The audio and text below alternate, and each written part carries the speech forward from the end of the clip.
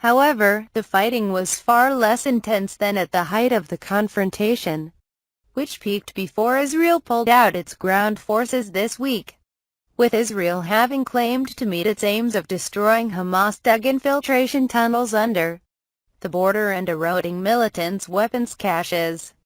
The battle showed signs of settling into a relatively low-level war of attrition, and an Israeli military official, speaking on condition of anonymity, told Israel radio that rocket fire from Gaza could continue for many more days and that Hamas and allied militants were shifting towards using locally made rockets and mortars with a shorter range than the more sophisticated weapons fired this month at Israeli cities, including Tel Aviv.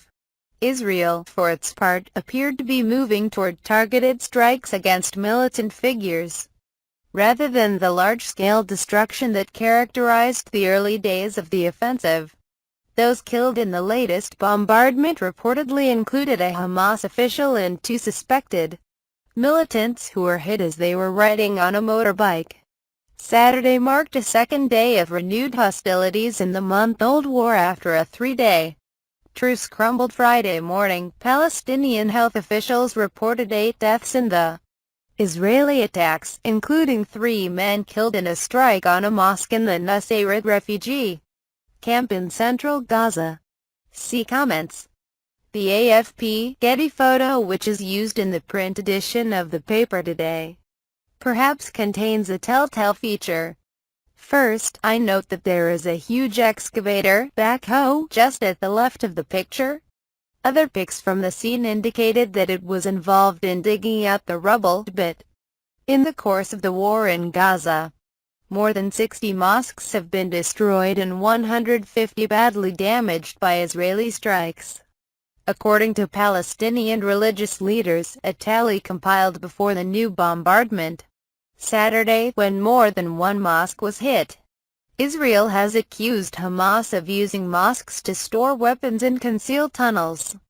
The Israeli military, aware of the sensitivity of striking religious sites, released video Saturday of an aerial strike a day earlier on what it described as a rocket launcher set up adjacent to a Gaza mosque. The video appeared to show the mosque left intact. The government of Prime Minister Benjamin Netanyahu has come under heavy international criticism for air and artillery strikes that leveled whole residential neighborhoods, with a correspondingly large civilian death toll. More than 1,900 Palestinians have been killed, with human rights groups and the United Nations saying 2/3 of those were civilians. Israel has said up to 900 of those killed were fighters for Hamas or an allied faction.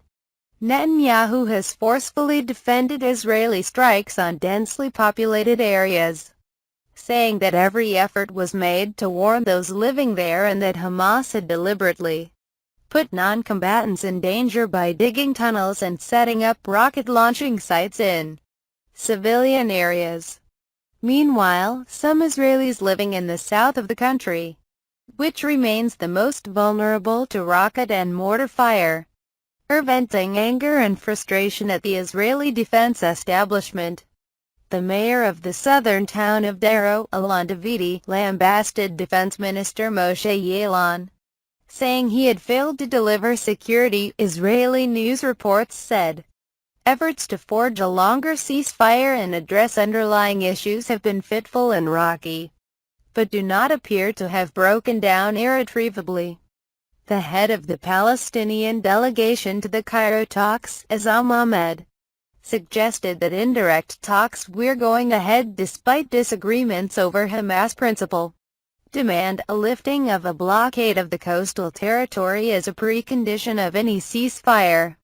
The Israeli delegation left Cairo before the Jewish Sabbath, which begins at sundown Friday and ends at sundown Saturday.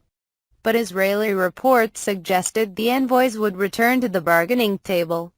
Sobelman is a special correspondent. Special correspondent Marabu Qadir contributed reporting from Ramallah, West Bank, and special correspondent Rushi Abu Aluf reported from Gaza City.